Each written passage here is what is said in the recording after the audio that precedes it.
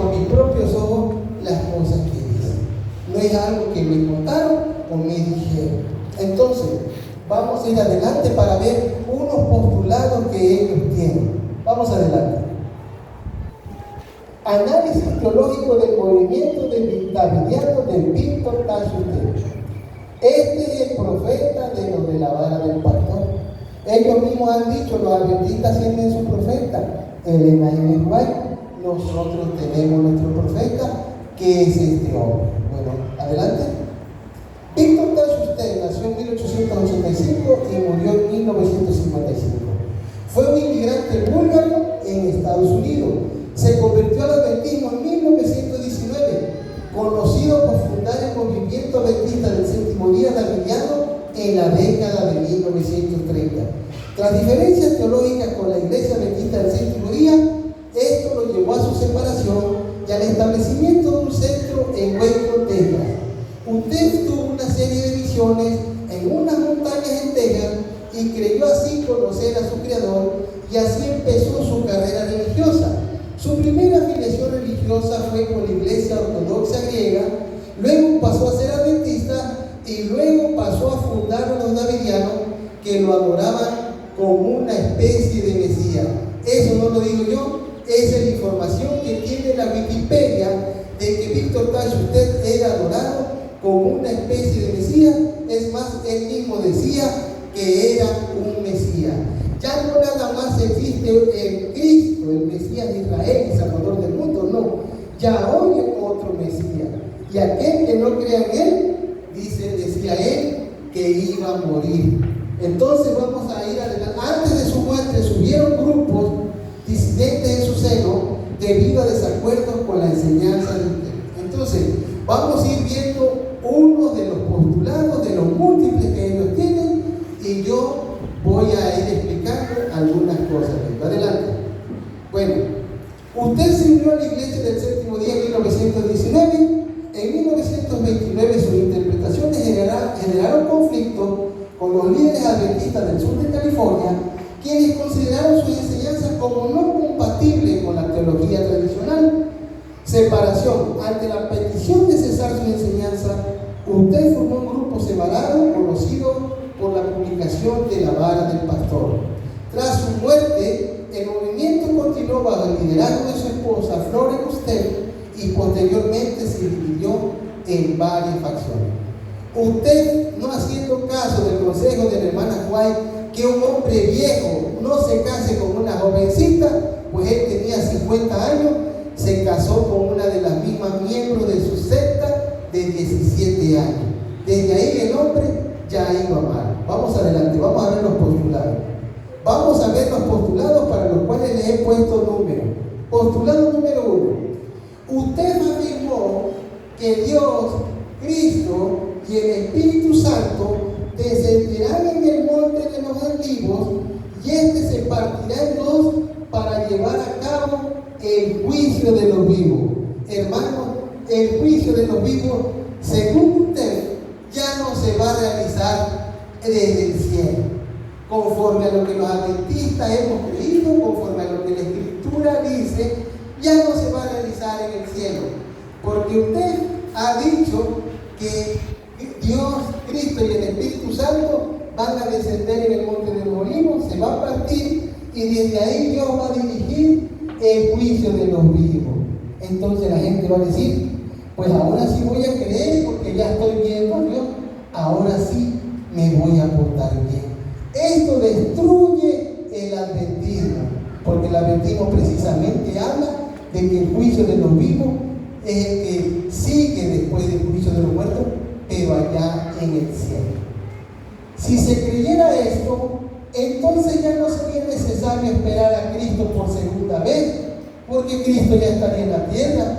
Nuestra esperanza se vendría en abajo. ¿Para qué voy a esperar a Cristo si Cristo ya estaría en la tierra? ¿No les parece absurdo ese postulado de este hombre? ¿Será que haya alguien que diga que este hombre es un verdadero profeta? ¿Cómo tiene que ser la cosa? Le dijo la hermana Rosita Díaz en la iglesia Modelo a un simpatizante de la vara del pastor: Lo que tú presentas tiene que empalmar con lo que ya la iglesia creció, ¿no? Tiene que empalmar con la escritura. Y este postulado no empalma de ninguna manera. Ya no sería necesario que Dios enviara a Cristo, porque Cristo ya estaría aquí. Ya no, Dios no lo va a enviar, ya Cristo estaría aquí, según usted. La suma intercesión de Cristo en el lugar santísimo ya no sería en el cielo, sino ahora sería en la tierra. El lugar santísimo tendría que trasladarse a la tierra, pues Cristo estaría intercediendo todavía en el juicio de los vivos ante Dios. La nueva Jerusalén ya no descendería después del milenio, hermano. Ya descendería antes del milenio, cosa que la Biblia no fundamenta. La Biblia es clara. La nueva Jerusalén, ¿cuándo va a descender? ¿Qué dice la Escritura? Después de que pase los 1000 años. Pero usted mantenía esa postura, muchos le compraron la idea y se le unieron. Habría confusión en lo que sucedió en 1844, porque la visión que tuvo Irán Edson dice que él vio a Jesús en el cielo pasar del lugar santo al lugar santísimo. La diapositiva que sigue. El hermano Irán Edson fue un pionero fundador de la iglesia y él tuvo una visión después de que hubo el gran chasco. Él tuvo una visión, él oró porque él creyó que Dios le iba a dar nueva luz de eso que había pasado. Irán Edson dijo así: después del desayuno dije a uno de mis hermanos, vayamos para ver y animar a alguno de nuestros hermanos. Salimos y mientras pasábamos por un gran campo, me sentí detenido en medio de él. El cielo pareció abrirse ante mi vista y vi definida y claramente que en vez de que nuestro sumo sacerdote hubiera salido del lugar santísimo del santuario celestial para venir a esta tierra en el 10º día del mes séptimo, al fin de los 2300 días, había entrado por primera vez ese día en el segundo departamento de aquel santuario y tenía una obra que realizar en el lugar santísimo. Antes de venir a la tierra, la obra que Cristo está realizando es en el cielo, hermano, en el lugar santísimo. Esas son mentiras de que Cristo va a venir a terminar la fase del juicio de los vivos aquí. Si nosotros viésemos que ya descendió en el monte de los olivos la nueva Jerusalén, entonces nosotros sabríamos cuándo comienza el juicio de los vivos. Y la profeta escribió que el juicio de los vivos es un misterio de Dios. Nadie sabe cuándo va a comenzar, ¿sí o no, hermano? Es un misterio de Dios, pero se nos manda a prepararnos, porque la Escritura dice verdad. Entonces, Jesús habría de venir al anciano de días, es decir, a las bodas, para recibir el reino, el dominio y la gloria, y que debíamos de esperar su retorno de las bodas. Las bodas se realizan en el cielo, hermano. Nosotros tenemos que esperar el regreso del esposo aquí en la tierra. Es lo que la Biblia dice, que Él va a venir por segunda vez. Vamos adelante, por favor. Segundo postulado. Usted afirmó que aquellos que creyeran en la vara del pastor no morirían. Así dijo, no morirían. Todos los que crean en la vara del pastor no van a morir. Hermano, nosotros cuando entonamos un himno, nosotros cantamos a Cristo que murió por nosotros, que dio su vida por redimirnos. Ellos no cantan así. Ellos dicen a la vara que nos dio la vida. Ellos idolatran a la vara. Han puesto en el lugar de Cristo a la vara. Realmente una falta de cordura que espanta. Pero tenemos que continuar adelante. Usted dijo que no moriría, pero cosa curiosa, Víctor Tash, usted, el fundador de los Emilianos de la vara del pastor, pues se murió. ¿Cómo está eso, hermano? Él afirmó que no iban a morir, pero él se murió el 5 de febrero de 1965 en Waco, Texas. Y Floren, usted, la esposa de Víctor, murió el 14 de septiembre del 2008. Y la mayoría, por no todo lo que subieron ustedes ya se murieron.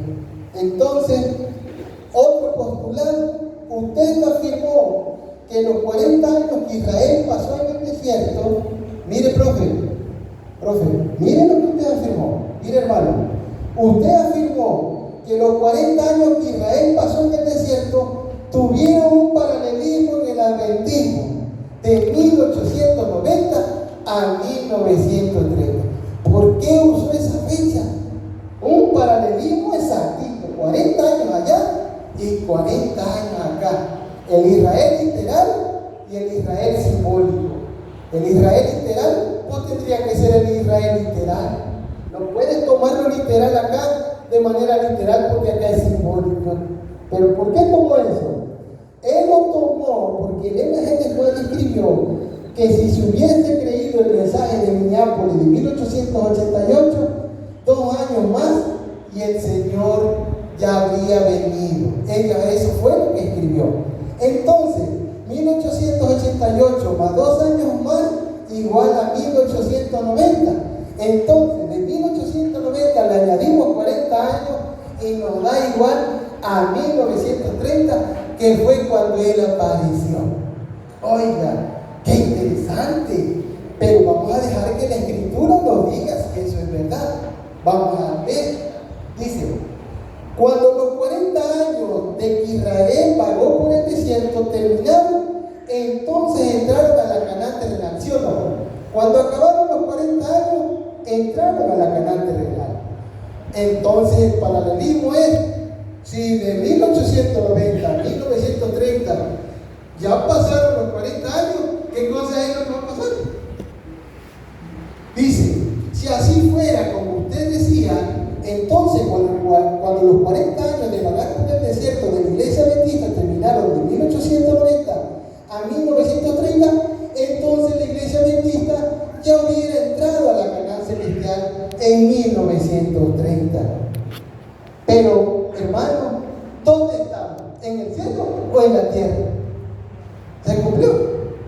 No se cumplió, hermano. Otra mentira. Para sostener una mentira, tengo que decir muchas mentiras, porque la mentira y el error solo se sostiene mediante más mentiras y más errores. Confusión tras confusión. Usted afirmó eso cuando yo lo leí. Cuando yo lo leí, yo quedé espantado, hermano, quedé espantado.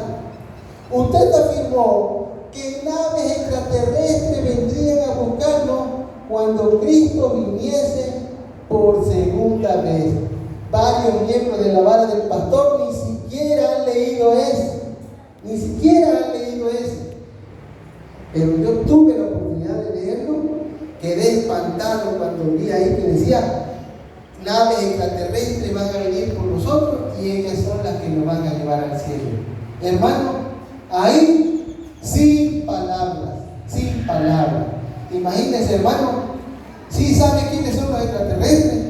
Los extraterrestres son los ángeles caídos que Dios expulsó del cielo y son los que se manifiestan en el aire como naves de otro mundo y engañan a los grandes gobiernos y le transmiten conocimientos bélicos para que los gobiernos puedan estar a la cabeza en tecnología militar. Los grandes gobiernos han tenido contacto con esos demonios y ellos le dicen que vienen de más allá de las estrellas lavando en el cerebro.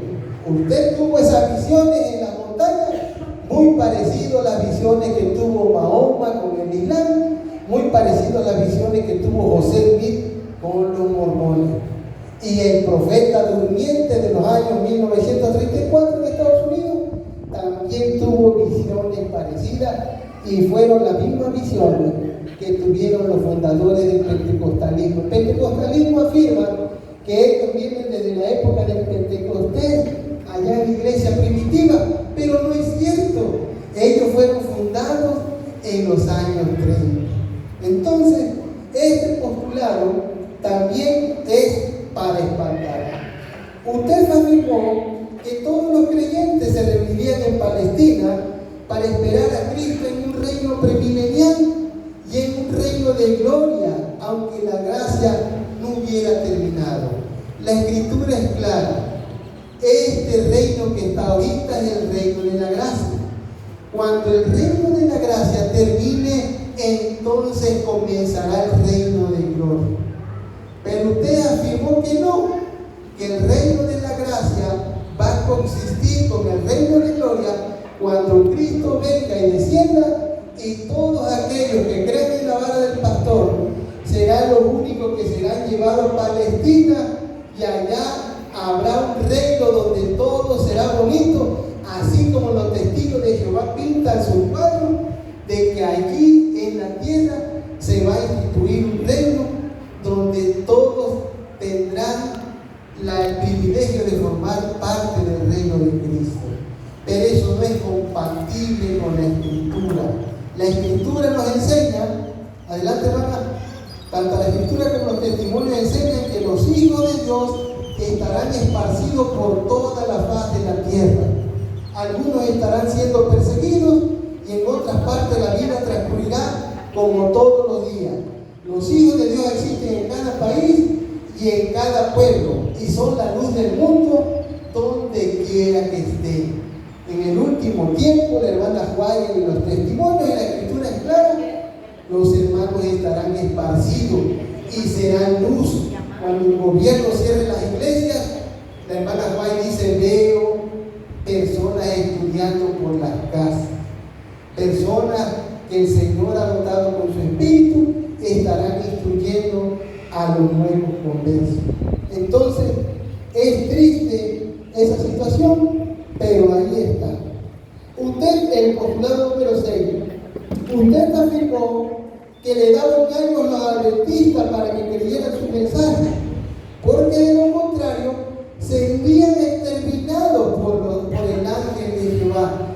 Este es otro caballito de batalla que lo de la vara del pastor tiene. Si no crees en la vara del pastor, te vas a morir. Te va a matar el ángel de Jehová. Y aquí mismo venían esos hermanos y decían que el ángel de Jehová de Ezequiel 9 iba a venir y iba a matarnos a todos. Y entonces ellos se iban a quedar con el templo. Hermano, ¿sabe una cosa? Esto le costó, mire, esfuerzo y dinero a los que compraron este terreno. Al hermano Antonio Salomé, al hermano César. Y muchos otros cooperaron, y muchos ahorita siguen invirtiendo en la iglesia porque han comprado cosas que se le han regalado a la iglesia o han mandado pintar de su bolsa. Yo mismo acarrié rocas en mis manos de allá del río.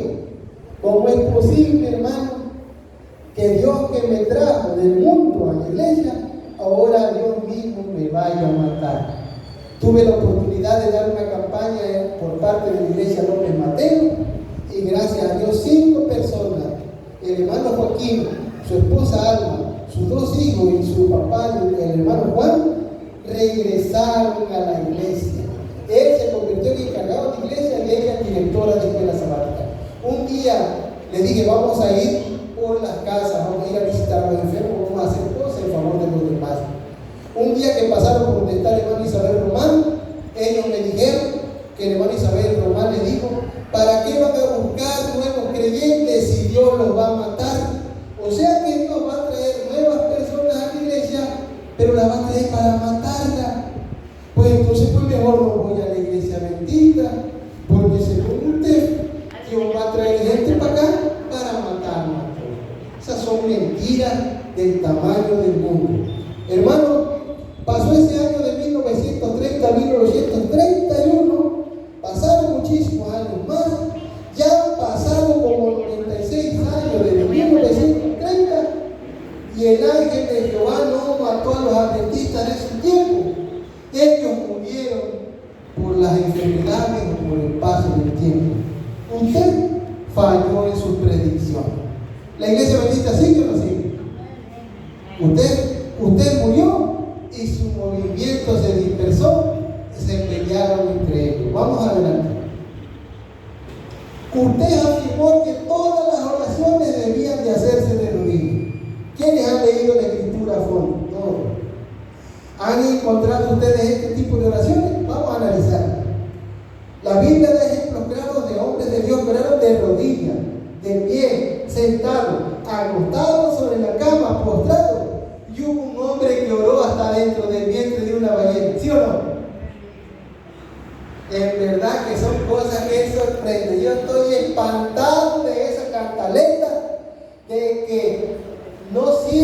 que hace, sino ora de rodillas. Mire, de rodillas. Daniel oraba de rodillas 3 veces al día, Daniel 6:10. Esteban cayó sobre sus rodillas y oró antes de morir como un mártir, Hechos 7:60. Pedro se arrodilló ante el cuerpo de Tabita para orar por ella antes que ella volviera a la vida, Hechos 9:40. Pero hay oraciones de pie. Uno de los casos más impactantes se encuentra en Segunda de Crónicas, cuando Judá estaba enfrentando la posibilidad de un ataque militar. Josafat invitó al pueblo a orar, permaneció de pie en la asamblea en la casa del Señor y oró por liberación, mientras todo Judá estaba en pie delante de Jehová. Segunda de Crónicas 20:13. También está el caso de Ana, Primera de Samuel 1:26 y de Job 30:20. Adelante, por favor. Cuando Jesús resucitó a Lázaro, él oró de pie delante del sepulcro. Oró, claro que oró porque le habló a su padre. Padre, yo sé que siempre me escucha. Estaba de pie. Sentado, en 2 de Samuel 7:18, dice, y entró el rey David y se sentó delante de Jehová y dijo, Señor Jehová, ¿quién soy yo y quién mi casa para que tú me hayas traído hasta aquí? Hermano, cuando se agradece por los alimentos, ¿cómo se ora? Se ora sentado. Cuando va viajando en un medio de transporte, algunas horas, y lo hace sentado. La hermana Juan tiene una visión donde el ángel le dijo, ora, porque el tren donde iba estaba por pasar un accidente, y el ángel le dijo, ora. Y la hermana Juan oró sentada. Las personas que están en silla de ruedas, ¿cómo oran las personas que están en silla de ruedas? Oran sentadas, hermano. Es por pura lógica. Así que hay que darle stop a estos usurpadores del evangelio. No permita que le laven el cerebro. Vamos a tener que llegar a aplicarle el mismo medicamento que le aplicó al hermano Isabel Román, con dolor de nuestro corazón. Acostado, temblad y no pequéis, meditad en vuestro corazón, estando en vuestra cama y callad.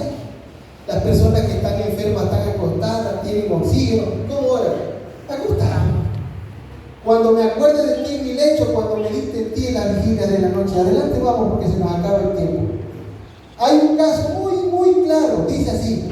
En esos días el rey Ezequías se enfermó gravemente y estaba por morir. El profeta Isaías fue a visitarlo y le dijo, Dios dice que vas a morir, así que arregla todos tus asuntos familiares más importantes.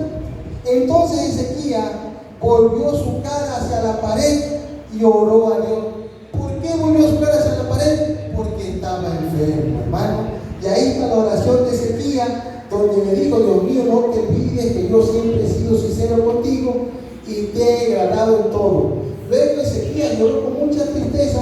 Isaías lo dejó, pero antes de salir al patio central del palacio, Dios le dijo, vuelve y dile al rey que yo, el Dios de su antepasado David, escuché su oración. Escucha la oración de alguien que está en cama, ¿sí o no? Escuché su oración, ahí dice. Entonces vi sus lágrimas, dile que voy a sanarlo y que le daré 15 años más de vida. Dentro de 3 días ya podrá venir a mi templo para adorarme. Además, por amor a mí mismo y a David, quien me fue fiel en todo, salvaré a Ezequías y a Jerusalén del poder del rey de Asiria. Adelante, por favor, ya casi terminamos. También Salomón se ha sentado en el trono del reino y aún los siervos del rey han venido a bendecir a nuestro Señor el rey David, diciendo, Dios haga bueno el nombre de Salomón más que tu nombre y haga mayor su trono que el tuyo.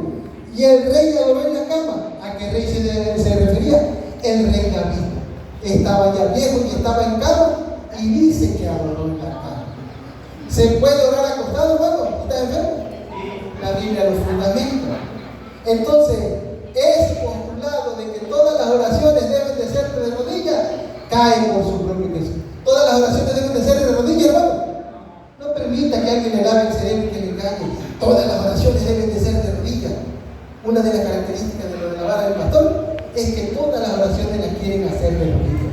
Pero la Biblia le fundamenta que eso no. Aparte, ellos quizás no conocen esta postura, la de postrado. ¿Es lo mismo arrodillado que postrado? ¿Cómo es postrado? Postrado es hasta el suelo, pensando con la frente en el suelo, como el ejemplo que da la Biblia. Yéndose un poco adelante, se postró en tierra y oró que si fuese posible, pasase de él aquella hora. Marcos 14:35. ¿Quién hizo eso? El maestro. Quiero orar de verdad, humillado ante el Señor. No solo se relige postres hasta abajo, Señor, pero hágalo en el lugar correcto, en el momento. Quien en su casa puede orar libremente, nadie se lo impide. Cuando la oración se invite de rodillas, hágalo. Pero ya vimos ahorita que podemos orar de pie. Entonces, dentro de una ballena, entonces oró, ¿cómo dice ahí? Oró Jonás, ¿no dice ahí? Oró Jonás a su Dios desde el vientre del pez y dijo, hermano, ¿será que como estaba Jonás acostado, de rodillas, sentado? Pero ahí no dice la posición, pero el hombre oró dentro de una ballena. Vamos adelante, ya casi terminamos. Usted afirmó que Ezequiel capítulo 9 se iba a cumplir y que el ángel de Jehová mataría a todos los adventistas y ellos se quedarían con los templos. Hermano, ¿se quedó el hermano Isabel Romano en la iglesia? ¿O sigue estando al frente del hermano Cecilio aquí en la iglesia? Sigue estando al frente del hermano Cecilio. El hermano Cecilio no creyó en eso. Está muerto el hermano Cecilio. No anda viviendo y coleando allá en el centro este de allá de la sección 10 de los petroleros. Allá está el hermano Cecilio. Está muerto el hermano Elpidio. Está muerto el hermano Elpidio. ¿Creyó el hermano Elpidio en eso? Allá está vivo. Está muerta la hermana Paz. Aquí está la hermana Paz. Está muerta la hermana Sofía. Tuve la oportunidad de saludarla. Son mentiras.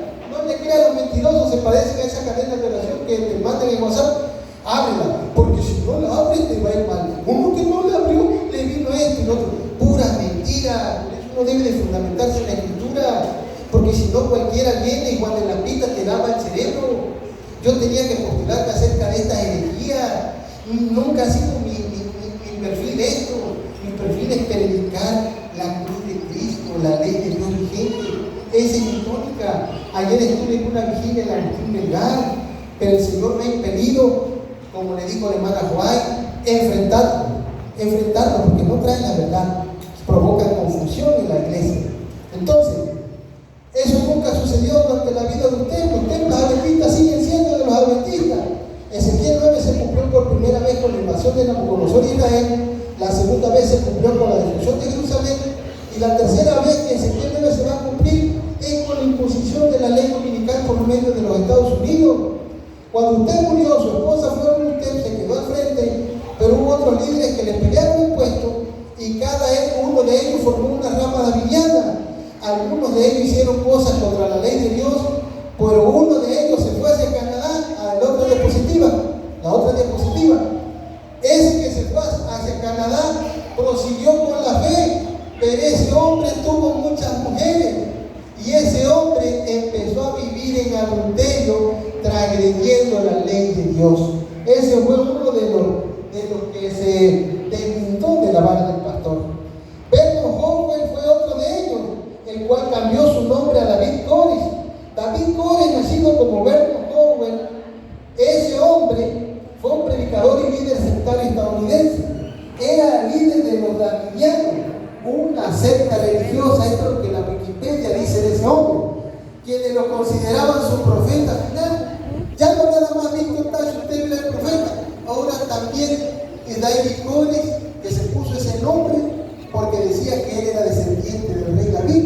Ahora David Koresh llevó a que un asalto en 1993 por la agencia de alcohol, tabaco, armas de fuego y explosivos estadounidenses y el posterior asedio por el FBI terminó con el incendio y total destrucción del rancho de los davidianos ubicados en las afueras de Waco, Texas, en el condado de McLennan, en Texas.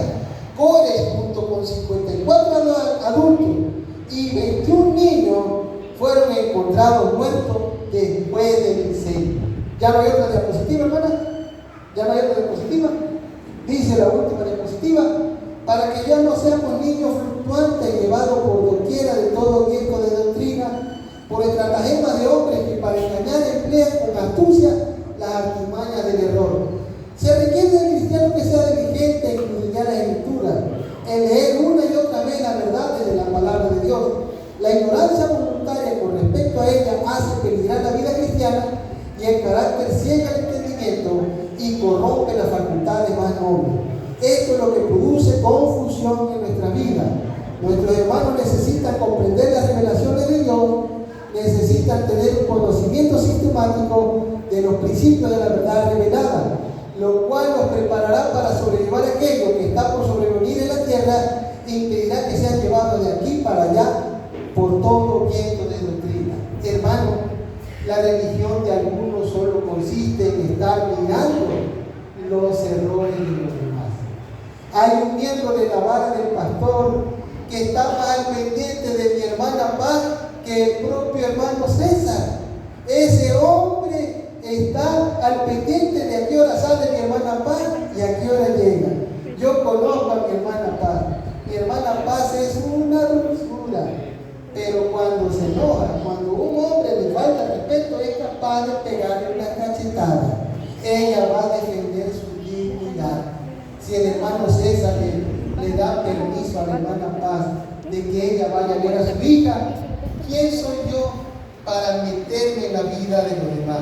Ya basta, hermano, de que esa persona siga metiéndose en la vida de los demás, porque si es necesario, vamos a llegar ante la autoridad. Todo lo que se tenga que hacer por defender la fe, la vamos a defender. Es increíble que vayan a amenazar al pastor Misael y al pastor Pavón a la campaña. No haga eso, no se meta contra los hijos de Jehová. Y deje de estarle diciendo a los hermanos que no se bauticen, que los hermanos tomen la decisión de bautizarse, y esos simpatizantes o miembros de la vara del pastor, ya basta en el nombre de Jesucristo de que le estén diciendo a los hermanos que no se bauticen. Eso es lo que el Señor me pidió, o el Señor me movió a que yo hablara de este tema. Quizá a alguno le haya dolido en el corazón, quizá a otro no, pero indudablemente la verdad tiene que salir a luz siempre. Que la paz de Dios sea con ustedes. Amén.